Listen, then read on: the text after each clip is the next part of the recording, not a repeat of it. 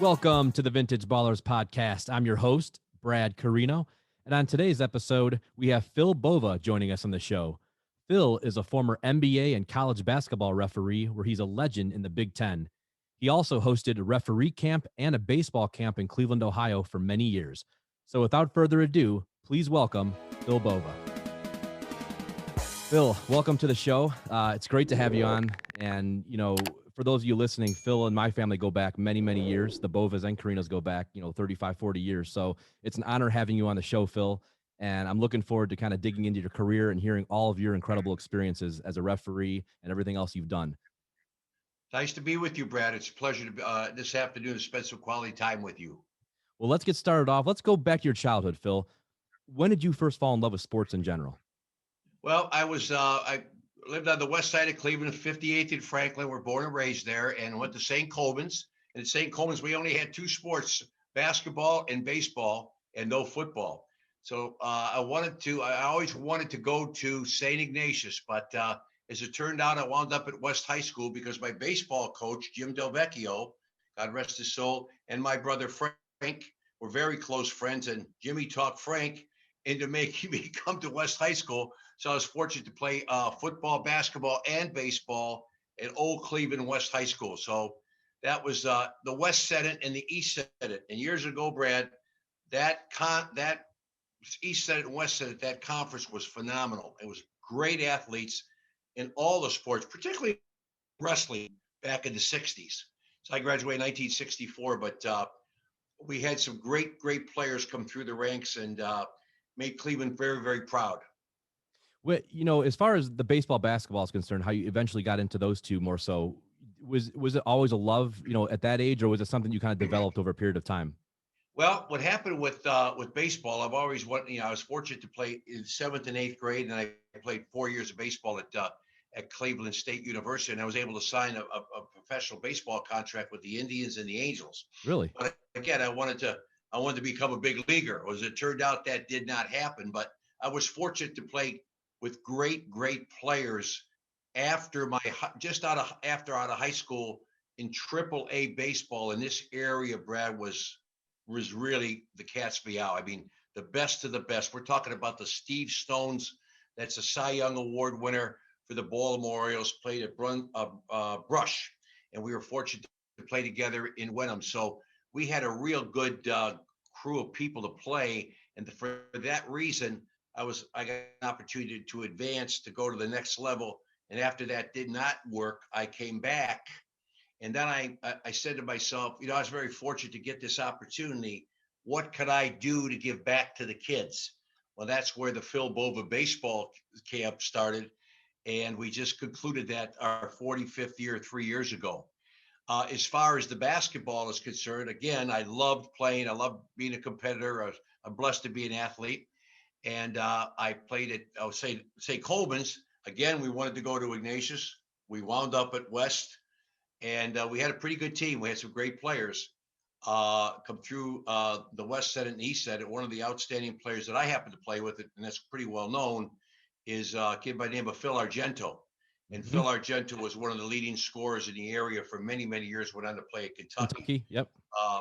So we had some great players. And then I got an opportunity to play some freshman basketball at Kent State University. And then I got my degree. I wound up getting my degree, did not go on to play college basketball after that. And then the refereeing, that turned my whole life around as far as staying close to competitive sports, and certainly college basketball at the level I was blessed to be able to officiate at. Who are some of your childhood idols back then, sports-wise? Oh, there was just some great athletes. I always, again, I remember Steve Huntz. A lot of people don't remember Steve Huntz, but Steve Huntz was a great shortstop for the St. Ignatius Wildcats. And when we played at West High School, we used to follow those guys. And he was just outstanding. Got an opportunity to play at the next level. And the guys I always played with, guys I always had great respect for. the Jim Yak nows. I had a great opportunity when I coached baseball, assistant baseball coach at Cleveland State University with Gary Roggenberg. And when I was in high school, Gary Roggenberg was in college at the University of Dayton. He was a great player at Ignatius. So then I got a chance to team up with him. So to answer your question, Gary was always one of my guys I looked up to, Steve Hunts, and those kind of guys. And at this point, when you're, college years, when did you start thinking to yourself that refereeing is something you wanted to get into? Well, it never entered my mind, and that's we'll talk a little bit later on. But of course, we'll talk about my book, Throwing Back the Chair. And the first thing people ask, how did you get involved in college basketball? How did you get involved in refereeing? And I thank the Cleveland Browns for that. You say, Cleveland Browns, how could that be? Well, I never gave referee a thought. I wanted to play basketball. I wanted to play baseball, and I wanted to play at the highest level. Then I was able to be an amateur player, and then got my degree at Cleveland State University. Then I was able to coach football, basketball, and baseball. So I was blessed all the way around. But the basketball officiating very simply started at I went to a basketball game at in Berea with a friend of mine who was going to be a teacher at Berea Mid Park, and simply they had a game against the Cleveland Browns that evening, and I was just in the stands watching the game. The place was packed. Walter Johnson, Paul Warfield, those were the guys that were playing against the faculty. And it was a two-man game, places packed, they're trying to raise money. I'm sitting there, and not 30 seconds go into the game, one of the referees turns his ankle. Of course, the group came along and came around and helped him off the floor. And now they're looking for a referee. There's nobody can help them. So a guy walking up and down the side of the stage says, anybody want to help us referee? Nobody raised their hand except me. I raised my hand and says, I'll do it. He says, have you ever refereed before? I says, no, sir. I says, but I do know if a guy gets knocked on his rear end, it's a foul. So sure enough, I put a shirt on and off I went. And that was the beginning of my officiating career with the Cleveland Browns. Wow. And so, Paul Warfield. we had a lot of fun. I said, this is pretty cool. I think I want to maybe take this to another level. So the rest is history. But that's how it started. That's a great story. Paul Warfield and Yeah. all those guys were there. That's incredible. I mean, those are wow. So after that, Phil, like what, after that moment, what happened then? What was the progression of you, as far as refereeing went? Well, I said to myself, you have to get certified. So we took the certification class, and I was very, very blessed to have a wonderful mentor by the name of Pete Amico. And he kind of took me under his wing. And Jimmy Delvecchio, my baseball coach, was an outstanding high school and collegiate basketball official in the area. So I was blessed to have both these guys take me under their wing, Brad. And the progression is very simply, you start like in grade school. So where do you think I start out at? I start out the 5th, 6th, 7th, and 8th grade at St. Edward High School. Wow. And it's just so ironic when I look back now. My grandson plays basketball for St. Ed's, and he's one of the guys sitting there. He's starting to referee a little bit the kids' games. I says, take it easy, take it easy, But I remember, and he also does the scoring for them on Saturday and Sunday down at St. Ed's. But I remember getting $3 a game, Brad, and we used to work 7 games on Saturday, 7 games on Sunday, and walk out with $21 and thought, man, this is pretty cool. So, and they're still screaming and yelling at us at that level at that time. Wow. Back at St. Ed's. I said, well, this is pretty cool. So then you advance to, you take your freshman games, and then, you get a little bit of feel for the game, and then you go from freshman to JV, and then you eliminate the freshman and JV to varsity. And then again, in the book, it talks about the opportunity of a lifetime that I had received, again, at Cleveland State University, where I graduated from. I refereed their JV games, thanks to Ray Derringer, who was the head basketball coach.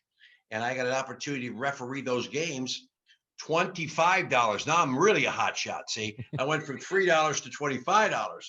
But what I did was, after the game, I used to stay and watch the varsity Mid-America Conference, one of the greatest conferences in the country, had to sign the officials for Cleveland State University. So I used to watch those guys. But unbeknownst to me, there was a guy by the name of Jim Desmond, I had caught his eye, and he watched me progress my first year and was kind enough to turn my name in to John Payak, who now became two of my dearest friends. And John was the supervisor of officials.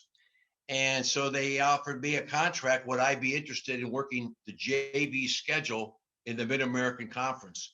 So that was the beginning of being in the right place at the right time. And as a coach, I always tell kids, boys and girls, take advantage of every situation. You never know who's watching you. That's why you give it 2,000% for the time you go on the floor to the time you go off the floor. So I did, and they like, most important, my work ethics. So I was blessed to be able to start in the Mid-American Conference. Then from there, I progressed to the Big Ten. And 30 years later, I look back and go, wow, I was just real special to be offered an opportunity like that by Coach Derringer. And I thank him in my book for that opportunity, because I was very fortunate. Phil, who are some of the teams in the Mid-American Conference back then?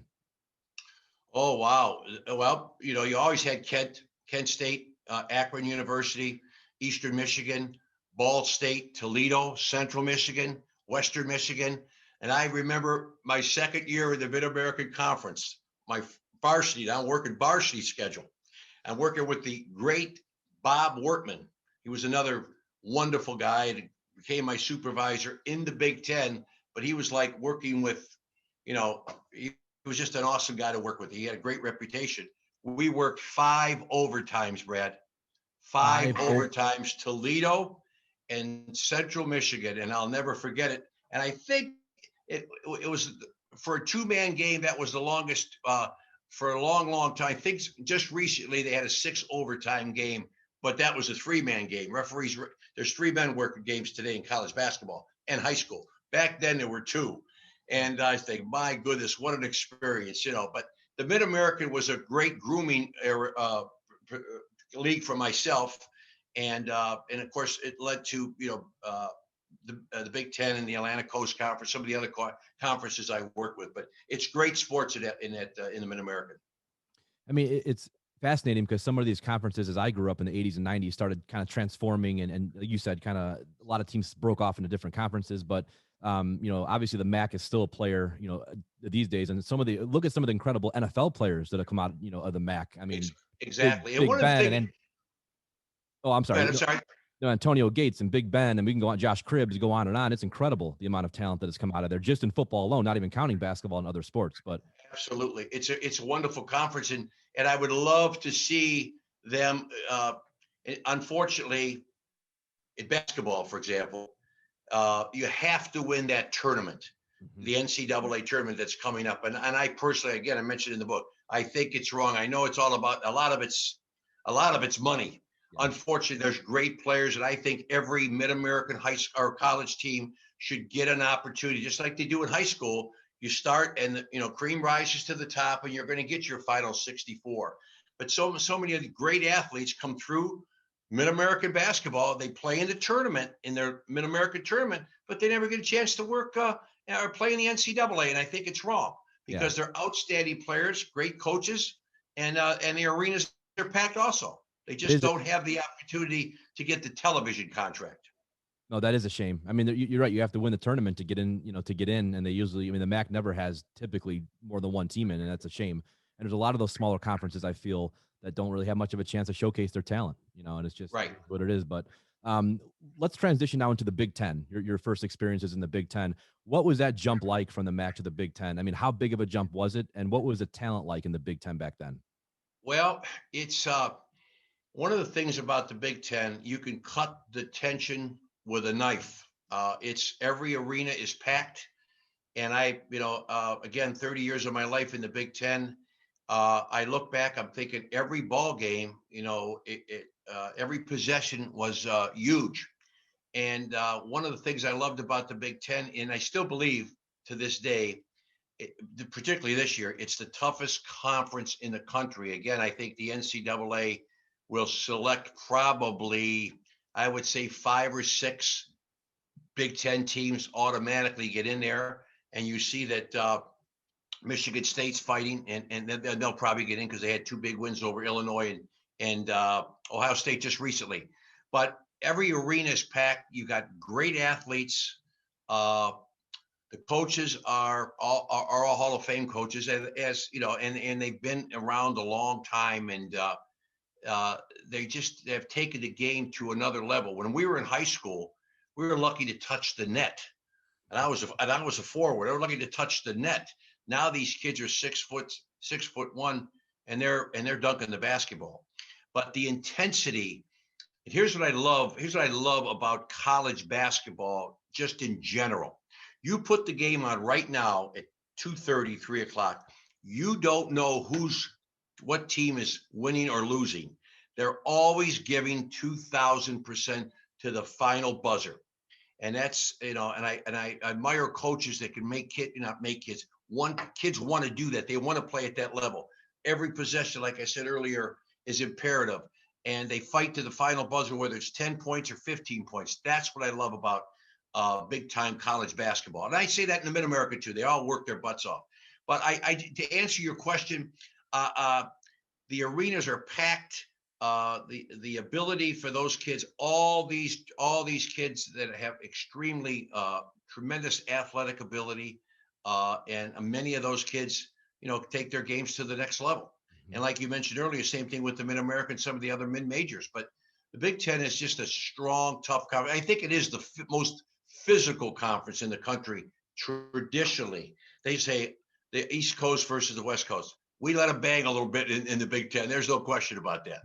And then nobody's going to tell me any different either. What were some of the toughest places to ref back then, arena-wise?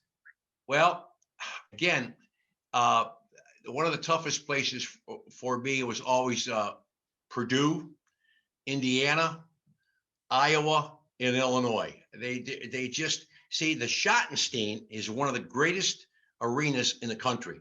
I worked the last game at St. John's, which is a real small arena, tremendous history, Brad.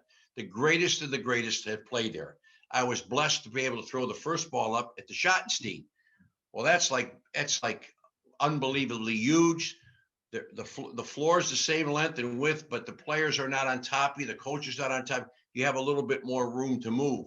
And the college, as I mentioned to you, it's a dome shape, and everything's focus is right on those players. Minnesota, they have like a stage. And I can't tell you how many times I fell off that stage because the band's at the baseline. I wound up in the second row with the tuba player because we ran out of court space. But it was great. But it was just, they're right on top of you. The tension's there. There's 10 kids on the floor, 3 are referees, and you better be able to referee, you better be able to play, you better be able to coach, or you're going to know the reason why. If you don't come ready. It's just that simple. But I love those places because, again, the spotlight was right on the players. Everybody was on top of each other, and you could just cut the tension with the knife. So I always remembered those places to be the most intriguing to me. Okay, a question that you get all the time. I know this. February 23rd, 1985, and you're reffing in a game in Bobby Knight, Indiana, and the infamous chair throwing incident. Take us back to that night, Phil, and how did that transpire, and what happened? What was the aftermath after that? Because obviously it's a fairly iconic moment in college basketball. Yeah. But, take us back through the incident.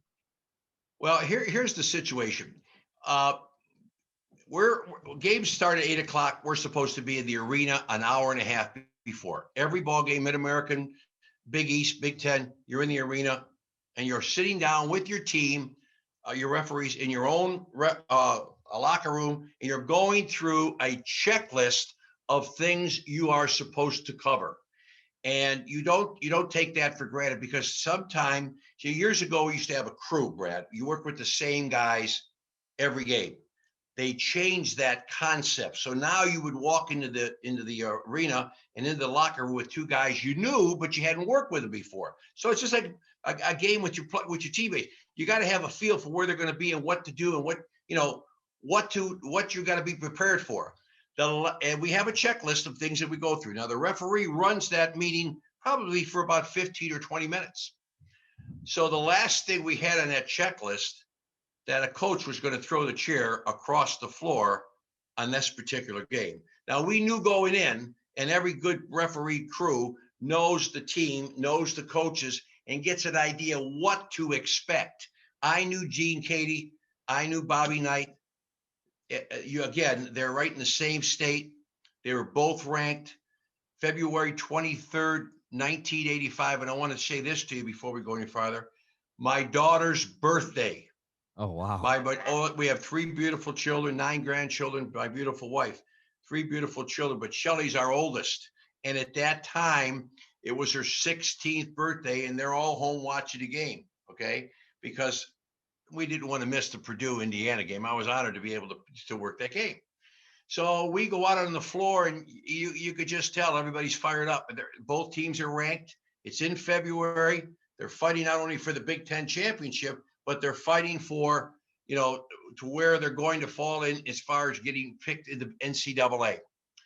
So right out of the chute, things did not go well for Indiana. I was working with 2 great guys I've worked with before, and we knew that we had a lot of physicality that was going to take place, but you still have to wait for the call to happen. You just can't anticipate it. Most guys today, and I mean this, I like to see good officiating with the following: allow the play to happen, then make the call. Don't anticipate a block, because some of these kids will miss the block, or the mere fact that you bump is not a foul. It's called incidental contact. Guys are going to go to the floor. So you've got to be able to differentiate what you call and what you don't call. So right out of the chute, the ball was not going in the basket for Indiana. In other words, 5 minutes into the game, people are on the floor, bodies are all over the place. And there was some words exchanged with my partner and Coach Knight. And he warned him. Coach Knight ignored him. My partner tees up Coach Knight for the first technical foul of 3 to come. Okay, all of a sudden there's more of an exchange. There's another technical foul called by my same partner on Coach Knight. Now he's got 1 more. And all of a sudden, as we go to shoot the basketball at the free throw line, as you've probably observed many, many times, it's on YouTube and it's in my book, across the chair or across the floor comes the chair, the infamous chair throwing. Well, again, we didn't in pregame, when I talked about way back when, we didn't plan for a chair to come across the floor. So thank goodness the chair did not hit anyone. But unbeknownst to people, 2 things. Number 1, he didn't throw the chair at me, or I would have thrown it back at him. He knows that. And to this day, we're good friends, because he knows, go throw the chair, I'll throw it back. To this day, I told him that. And secondly, the chair comes across the floor and stops just 5 feet in front of the handicap section in wheelchairs. Now, fortunately for Coach Bob Knight, there was no contact, that chair hitting those people. Then we really would have had a problem. But now the fiasco begins. And what seemed to take, it looked like on TV, probably 5 or 6 minutes or 10 minutes, 12 minutes to get order restored, seemed like an eternity for us. Now the athletic director comes out onto the floor and wonders why. Of course, when that chair came out, that was the 3rd technical foul. That was automatic. So now we have to regain order. And so consequently, he does not want to leave Coach Knight. And this is all spelled out in the book. I'm telling you just bits and pieces. But the book is not all about the chair throwing, but the book is called Throwing Back the Chair, which has bits and pieces. So he doesn't want to leave. And now the athletic director, who's a wonderful man, comes out to me and says, "Phil, you didn't throw Coach Knight out, did you?" I says, "No, sir, I didn't. Coach Knight threw himself out." There's no way that he could stay in this arena. No. Now he wants to have words with the other 2 officials. Now, all I'm trying to do is we got to get our ducks in order, so to speak. We got to administratively got to do these things right. So we had to make sure we got control under. We had to make sure Bob Knight starts to leave the floor. Now they're throwing quarters and dimes and nickels. And now they're yelling, "Bobby, Bobby." And I'm thinking, whoa, there's 17,000 people and they're rocking and rolling, see?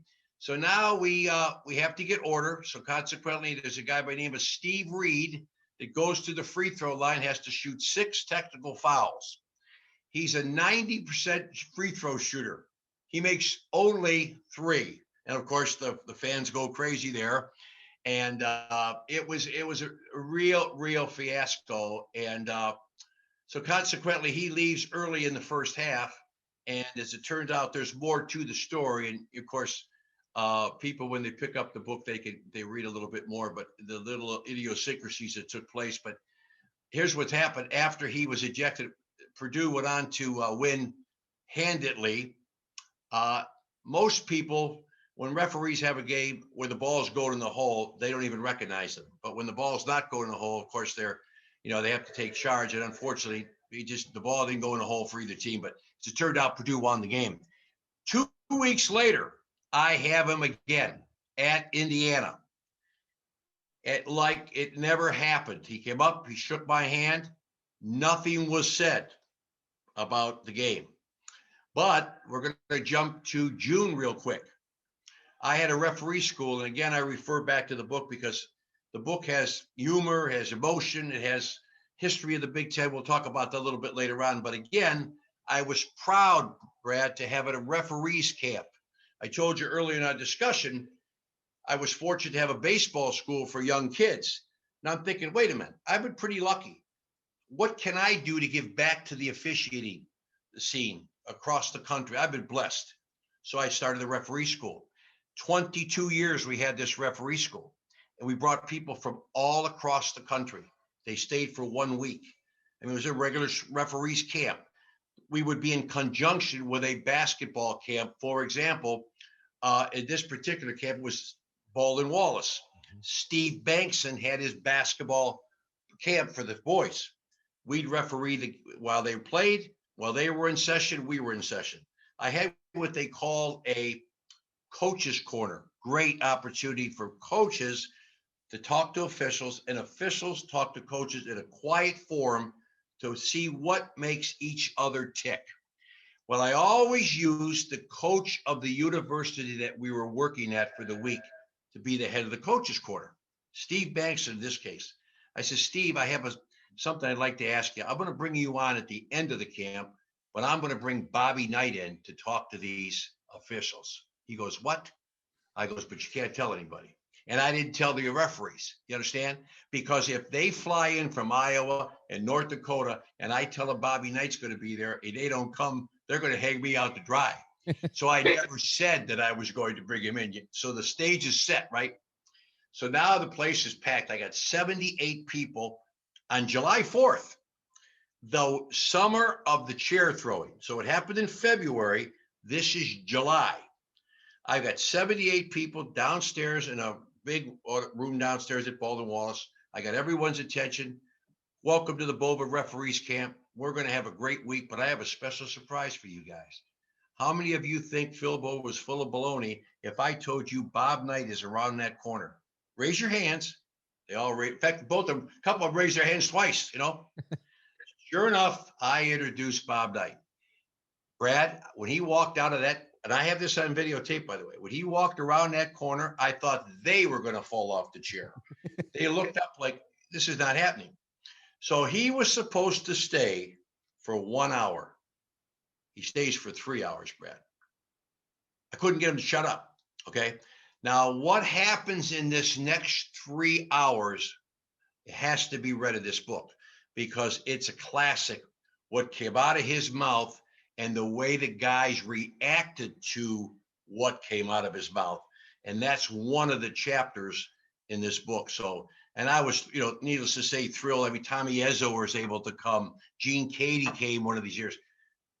You want to get to that level and stay there, you better know what makes people tick. And I was fortunate to get that kind of history or get that kind of history and education to these guys as they left the campus. It's something they'll never forget. So not only did Knight throw the chair, he was kind enough to come to my camp, show the respect to me. And so another way of saying, hey, look, I'm sorry this whole thing happened, and then, which was so nice, we'll continue along this line if you don't mind. A year ago next week, I was reunited with Coach Bob Knight in Columbus. I did a book signing, and he was at a convention where uh, they had baseball signing, football signings. They had football uh, sportscasters there. Everybody was there, and they asked me to join them, and I was honored. And I was told Bob Knight was going to be there, and sure enough, he was. And we got a chance to spend a good couple, 3-4 hours together. And believe it or not, and I have a chair sitting over there in the corner, we signed 100 red chairs together. 950 photographs of him and I together with him throwing the chair. So when he and I embraced, my son Michael was able to catch a picture, a great picture of us hugging, and it was just warming to see him again after all these years. But I won't even tell you what he whispered in my ear about that game. I can't tell you on the broadcast. And of course, I whispered back at him, and that broke the ice. But he's doing fine, and it was great. If anything comes out of my career at all, and this book that we are sharing with college basketball people, it was the fact that we were able to get back together after 25 years at not seeing him, and we just embraced and had a great time together. So college basketball has been great. I mean, the backstory of that, Phil, is tremendous. Everyone knows the actual story of what happened, but nobody knows the backstory of him coming to your camp. And of course, you seeing him last year again, and the friendship. And, that's what I think people love to hear, is that backstory. Because we all know the incident, but we don't know what goes on behind the scenes, So that's something that I think is very interesting to people and fascinating. Right. Other coaches in that era, you mentioned Coach Izzo and Gene Katie and, a number of other ones. Who are some of your, favorite, and who are some of the ones that really made an impression on you throughout your career? Well, I always liked Raleigh Massimino, Coach Chaney from John Chaney from Temple University. Again, I have again. There's many humorous stories that happened. Again, I refer back to the book, but there's 15 of the greatest games that I had, and then I believe 10 to 12 stories of humorous things that took place. And I was fortunate to work in the Atlantic 10, which is another great conference. Oh, yeah. And John Chaney had been at Temple for many years, and in Philadelphia. And you talk about great basketball in the East. That's, he's a great part of that history. And I was fortunate to work in his league for, probably 10 or 11 years. And we had a situation, you talk about rivalries, West Virginia and Temple. Now, Gail Catlett is one of the great, see, in the book also, I list all of the wonderful coaches that I've been able to deal with over the years. Steve Fisher of the Fab Five, another great story in there, where I was able to work his basketball game at Notre Dame, where the Fab Five took the floor for the first time at Notre Dame, Brad. And every basket that was scored, they lost that game, but every basket that was scored was by the Fab Five. And Steve Fisher was in complete control. A lot of people say he wasn't. He ran a tough ship, and those guys today will tell you that.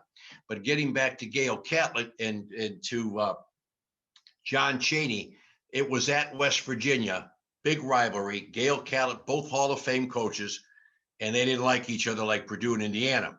So again, it's broken down it's broken down in the book. Things didn't go well for Temple. And so sure enough, the assistant coach, again, as the name is mentioned in the book, he didn't like me and I didn't like him. It's as simple as that. So he was after me pretty good and after my two brother officials. So I had warned him, the next time I hear you, I'm going to bang you up. Well, sure enough, he has to say something. And sure enough, what we call technical foul.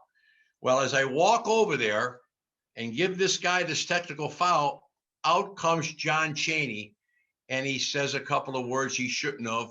And again, we can't say it on the podcast, but they were a couple of nice vernaculars. And I goes, "What'd you say?" He says, "You heard me." So I said, "Okay." And sure enough, I take my right hand and I'm going to go this way that you're out of the game. And sure enough, I bump his chin by mistake. Tie goes up.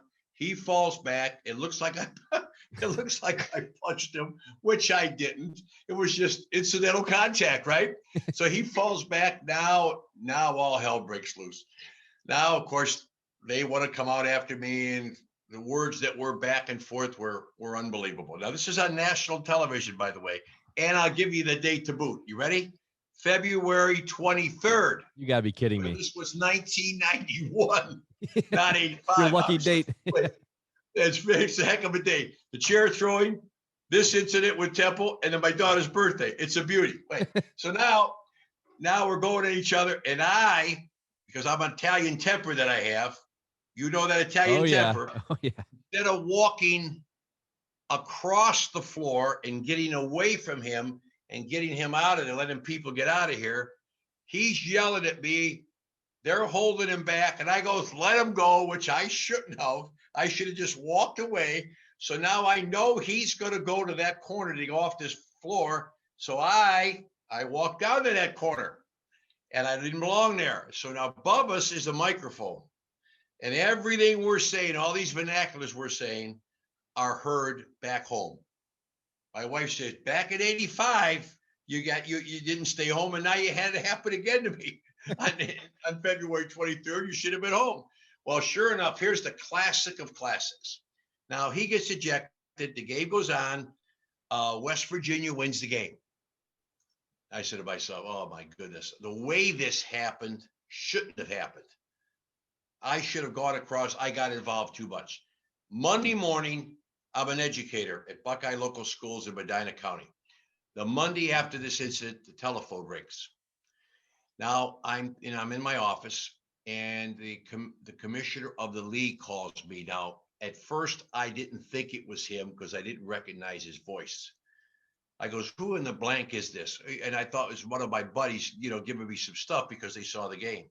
He says, I have Coach Cheney on the line, and I'd like to have a three-way conversation with you, Phil.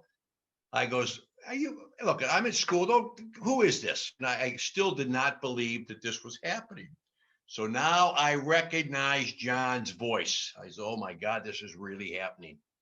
Now, mind you, Brad, 9:20 on the Monday after this big ejection, this guy calls me up with the commissioner on the line. I give the commissioner a tremendous amount of, accolades. It's in the book again. He apologizes to me, mind you. The coach apologizes to me for his despicable behavior.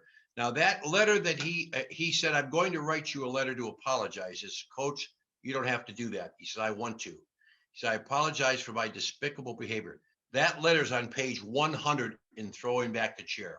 That's unheard of that a guy would do that. That league would have had a lot of class. So I'll never forget that class move and class operation for the Atlantic 10 Conference and Coach Cheney. So I get the letter.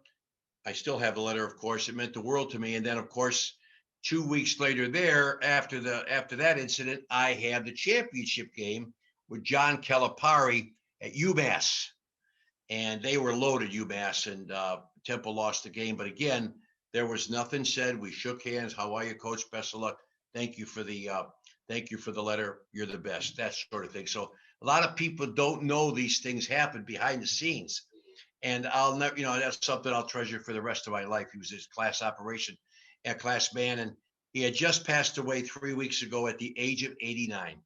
I was very sad to see that. Kind of unique. Most teams practice at 4:30, 5 o'clock, 10 o'clock. He used to have his kids come in at 5 o'clock in the morning, Brad. That's unbelievable. 5 in the morning. In the morning. So you better not be out the night before, No. Playing around, shooting pool, you better be in the rack by 10:30 because you're going to go through heck for the next 5 o'clock in the morning for how many hours they practice. But I thought that was a unique story too. So again, these are all in the book. I love this. And it's a shame we lost Coach Cheney and Coach Lute Olson. And there's so many people we've lost coaching wise in the past year. Legends. They sure were legends. And they allowed us to work when we refereed. All they wanted to do is a lot of these. Coach Olson I call him Coach GQ. He was everything was just impeccable about him. You had the hair just right. And in my in my book, I mention the different, things that stood out about particular coaches, as I did particular referees that people would know of. And here's the thing about, just to jump to referees real quick. I often said, if your name is in this list, these are to the referees, mind you, if your name is on my list, I appreciate your ability, and I really was honored to work with you. Now, one or two things happen if your name's not on that list. Number one, I've forgotten and I apologize. And the second thing is that you couldn't referee worth a blank. So that's why I left you out. So you figure it out. Again, it's in the book, a lot of humor, but a lot of history, a lot of education. Phil, did you ever get to meet Coach John Thompson? He also passed away last year, of course. Yeah, I did. I had the pleasure of John Thompson, and I met him at the NCAA tournaments when his teams were playing. I was a standby referee. Okay. And that's what they did at the tournaments. And so I never really had John Thompson. I had his son coaching when he was in the MAC. Mm-hmm. But no, Thompson was obviously a great coach and tremendous player at his day too, but really did a great job at Georgetown. So he has a great track record too, Hall of Famer again. So again, these guys would let you work. They wanted to be able to communicate, but they always wanted to, to make sure they got a fair shake, and you can't blame them. That's their profession. Oh, exactly. And I mean, these backstories, Phil, are incredible. I think people who grew up with watching that era of college basketball, which to me was, in my opinion, the golden era of college basketball, 80s, 90s. I mean, those coaches, everyone we mentioned, and the players, it was just in the rivalries. It was just fantastic. And college basketball is still great, of course. But back then, there was just something special about it. I don't know. I grew up on that era and I loved it. You talked about the Fab Five in Michigan. And did you know, Phil, you ref their first game, of course. Did you know how iconic they would end up becoming? Well, I don't think anyone really knew at that time, Brad. They were big, they were strong, they were quick, respectful, very respectful. But again, Fisher ran a tight ship, and again, that was at Notre Dame, and that's, you walk into Notre Dame, it's like wow, and they had some great teams, and they used to have their games assigned by the Mid-American Conference. So I really used to work a lot of Notre Dame games, and then they went into the Big East. But now you take them. I used to have the Fab Five at Michigan a lot. See, I was an educator, Brad, for 44 years. I was blessed to have two careers. I'm grateful to God for that. NCAA basketball, 44 years, and I was a vocational director at Buckeye local schools and baseball at Cleveland State and at St. Ed's for 44 years combined, 35 of those 44 at Buckeye. So I had to pick and choose where I was going during the week, because I always took great pride in being back at school when the bell rang at 7:00. So after school would be out at 2:30, I'm in the car, pick up my partner and down 71 or up to 480, wherever we have to go. But I did have a lot of Michigan games if they were playing during the week, because it was right up Ann Arbor. I had a Michigan State. I'd get home late, but I still got there. I got there. I would come over 2:00 in the morning after those games because of the drive. So I did have Michigan a lot, and what they were able to accomplish, that Fab Five, was really insurmountable. I mean, they could do things, and all freshmen. That's the best part of it. To boot, they were all freshmen, and and to do what they've done is amazing. And of course, the coach at Michigan today, Juwan Howard. Juwan Howard was on that team. Of course, Jalen Rose has his own radio show, and a lot of these guys have gone on to do well. But Jalen Rose played in the NBA a while. Juwan Howard played in the NBA for a while, and is now coaching back at alma mater. So that's pretty cool. But they were very, very good. They were very, very. In fact, they're very good today. The team's good today, but they were a team to be reckoned with in the Big Ten. And Chrysler Arena is still the same. They're right on top of you. They got their little group right behind you that they knew me like they knew the president of the university. And the fun I used to have with that crowd, because I used to, they knew the referees. So it was fun. But I know I did not think they would go on to the prominence that they did.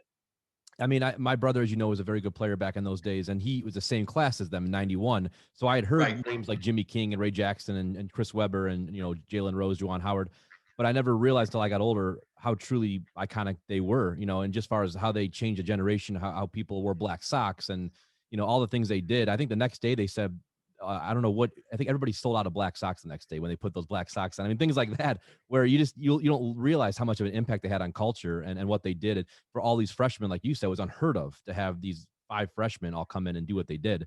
So I think today now it's commonplace. You have a lot of freshmen who come in and make big impacts, but back then it was not. And I think right. it's something to be said that you got to ref their first ever game and what will become again a very legendary group of players.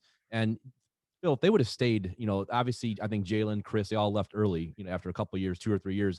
If they would have stayed all 4 years, do you think they would have won a national championship? I believe so. We'll never know, but you could just, creep rises to the top and under the gun, under the lights. They always bet the bell. They were ready. They could handle pressure real well. And that usually separates the men from the boys. It really, really does. And experience, they talk about being a great teacher. It's nothing like being there. You talk about the road ahead, talk to someone who's been there, and they have. And I believe they would have made an impact. And they certainly did make an impact. They did for Um, sure. yeah. Phil, I want to get into your book and I want to talk about the art of refereeing. Give me 2 or 3 examples of what do you look for in a young referee, as far as quality, as far as, can you spot a good referee when they're young, or does it take, how many years does it take to develop? And what is your thoughts on just, becoming a referee? Well, I think man or woman, I just think just physically, I think you need to be athletic. I think you need to look the part. I think it's important that you take care of yourself. I think it's important that that you've played the game of basketball, so you have a real good. I don't think I'd be a good tennis or volleyball referee because I've never played it, or soccer. I just don't know what's going on. I got a great respect for it, but I don't know what's going on. Baseball, football, basketball, yeah, I do. So I think it's important that you take care of yourself physically because it's grinding, it's demanding. The travel, oh yeah, that's another story in there, and we'll talk about that before we leave the podcast. But I look for a referee who's decisive, that moves well, that takes pride in being able to communicate with coaches, be able to communicate with other referees, has a good feel for the game. And the more you work the games, the more feel that you have of what to call versus what not to call. Anyone could put air into the whistle, Brad.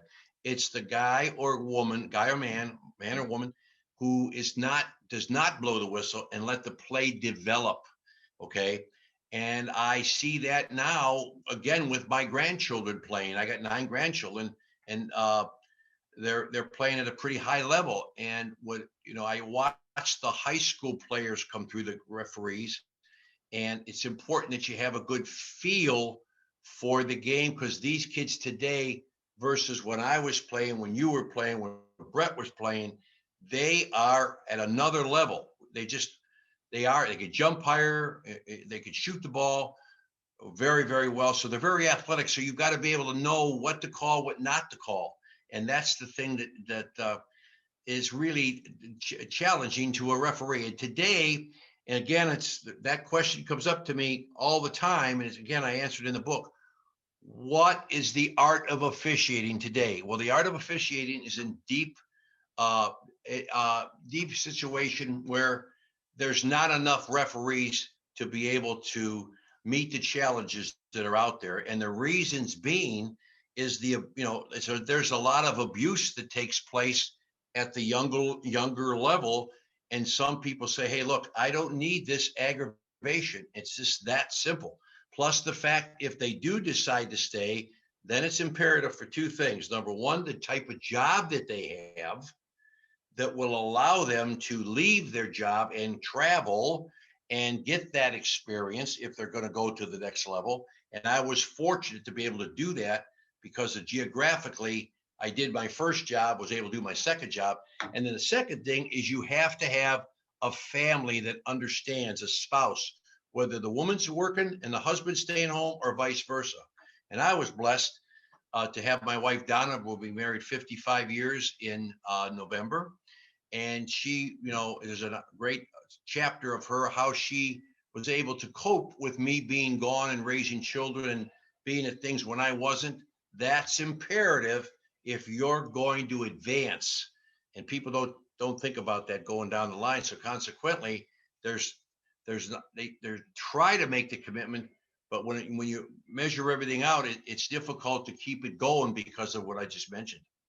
And It's very difficult. we've talked about your book, Throwing Back the Chair. Get into how you got, how did you start? Did you always want to write a book, or is that something that came out of nowhere? And what was the experience Well, like?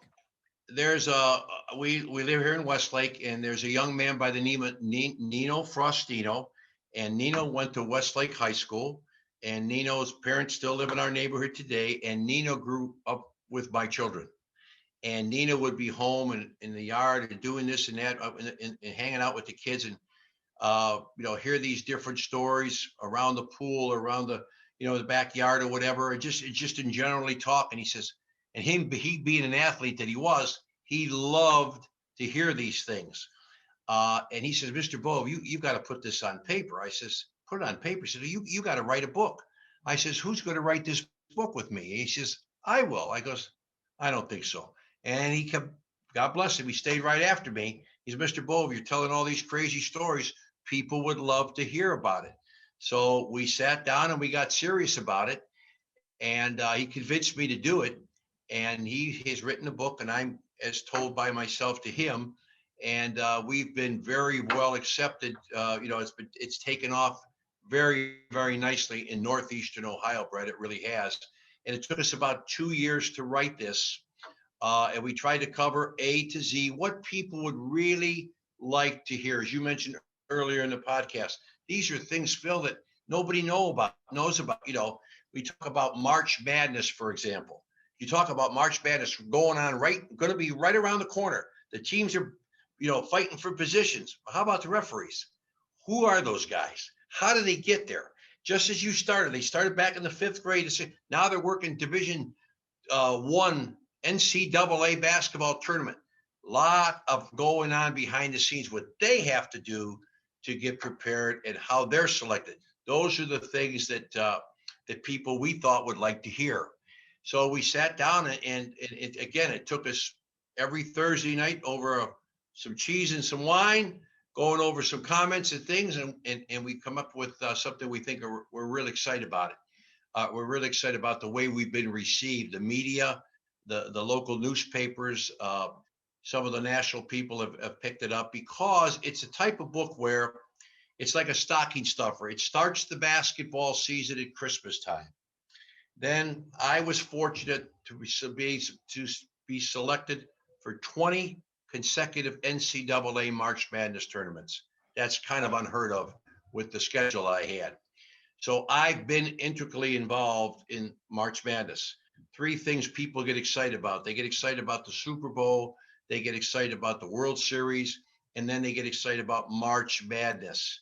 And I can tell them what to expect. So this book hopefully will be out for them every year. If they didn't see it one year, you can see it another year, because it's all about the history. It's all about great commitment to what we do, and we're excited about it. We really are. And Phil, where can people find this book? Basically, you're going to go to Amazon.com. That's where we're at right now, and you press the button, and it's there in 2 days for you. And Throwing Back the Chair. Throwing Back the Chair. Okay. By Nino Frostino, as told by Phil Bova, right? And Phil, could you give us you have the pictures behind you? Could you give us a quick shot of some of those pictures? I see the one behind you with Bobby Knight, and I think there's a pretty interesting for the audience to see.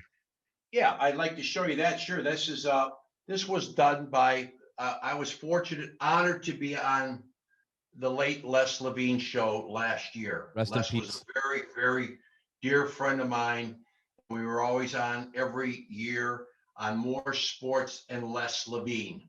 And Les's producer put this together with Bobby Knight, right in his heyday there. And of course, there's Tommy Izzo. And our theme basically is Throwing Back the Chair, the magical moments that I've been able to have in college basketball.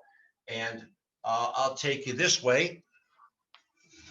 back over here, and we'll be able to show you. Now, I don't know if can you see that pretty well, Brad? It's a little bit, we can see it. You see Bobby Knight for sure. Yeah, well, let me just bring this down here for you. Okay, how's that? There we go. That's much better. Yep. There you go. And that just basically, we're really proud of this because my son Michael was in the room with me, and he captured these 4 pictures that I will treasure for a lifetime. And from the bottom of my heart, if anything comes from this book, it's the memory that has him and I seeing each other after 25 years, because what we were able to experience for the 30 that we were together is unsurmountable. And he was very gracious to me. And I told you about coming to my camp. It was something I'll treasure for a lifetime. So that's Bobby Knight and I, 25 years after not seeing each other. That is so awesome. And what a great 4 pictures you got. This picture over here, this one over here is when we give our book, or we are able to give our, I do a lot of book signings, and rather than just sit in a corner and sign books, we're doing what we're doing right now. And people love this, to be able to talk back and forth and have questions, asked related to my career. But I tell a lot of funny stories, and people just enjoy that. So these are kind of like some pictures to kind of get, a good topic of conversations. So yeah, the book signings have really taken off, but because of the coronavirus, we had to stop. So we're going to pick back up. But a lot of insurance groups, for example, that might be awarding their top salesmen or saleswomen, they get together. Now they have a speaker. You want to talk college basketball? Call me up. We're ready to rock and roll, because we'll have a lot of fun. And then, they'll take a look at the book. Now, Phil, I have a few more questions for you. And again, I thank you so much for coming on today. This has been my pleasure. What are you up to nowadays? Like, what is your, now that you're retired, of course, from refereeing and, and from education, what are you up to now, and what kind of drives you nowadays?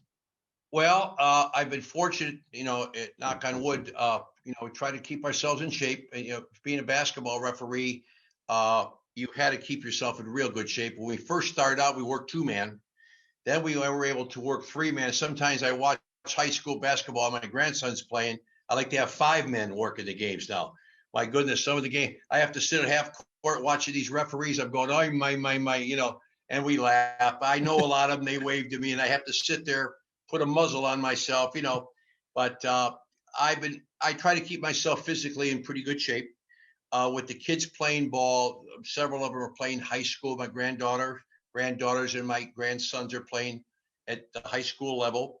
One is at St. Edward High School, Avon Lake freshman, and we have 2 daughters at Highland. So we were very, very busy with watching them play. So we get out and about doing that. And I, like I said, try to keep myself in pretty good shape.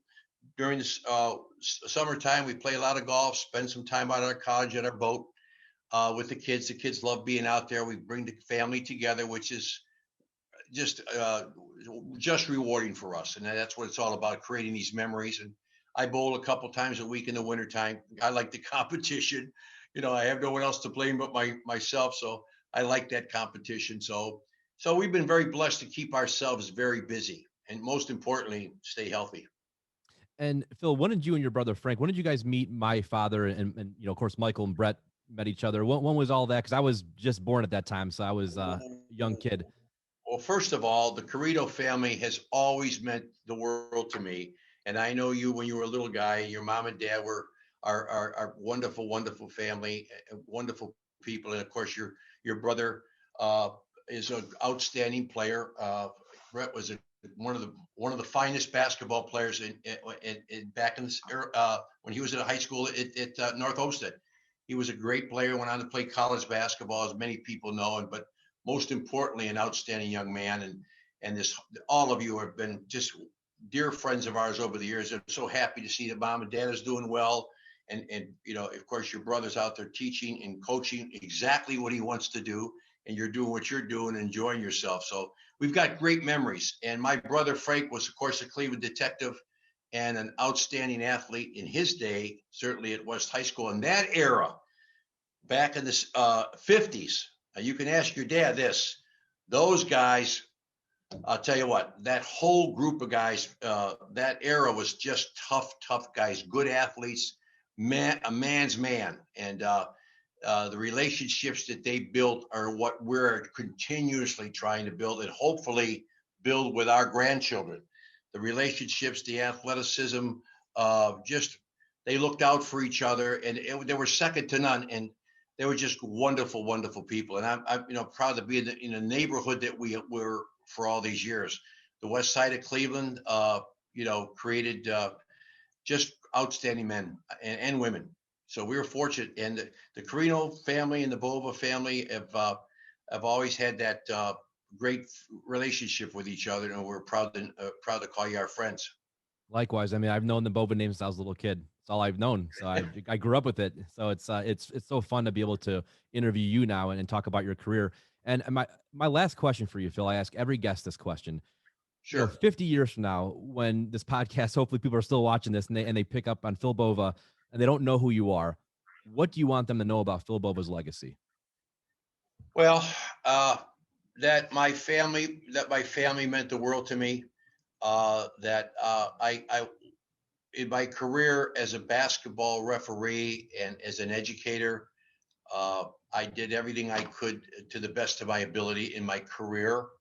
I was always told, I saw this many years ago, and I had this saying in my office, Brad, that you may forget what I say, you may forget what I do, but you'll never forget how you made me feel. And I think it's important, and I always tried to do this, is I always tried to make the people that I was talking to or persons I was talking to or my students and or people I worked with, make them feel they were important, because they are important. And it's important that you feel good about yourself. And I'm blessed to be able to have an outgoing personality. And I think it's important that you surround yourself with good people, but most important, he was loyal, he was fair, and he cared about you. That would be the legacy that I want, that I was fair and I was loyal to people, and your relationship meant the world to me. I love that. But as a family, as a father, as a grandfather, there's no more important than your family. And I think it's imperative that, we're blessed to be fathers. We're blessed to be grandfathers. And I think it's important that you continue to be a role model for as long as you can. And by being able to have this book, particularly, about my career, this legacy is something my grandchildren, my own children, my wife, and my friends can, look back and say, I knew that guy, and I appreciated what he tried to do, and he was hopefully a good friend of ours. That's great. I mean, and I agree 100% as far as you talked about. It's not what you said or what you did as much as how you make somebody feel. That's the key to life, in my opinion. I mean, I can't remember some things my friends said to me at 17, but I remember how much fun we had.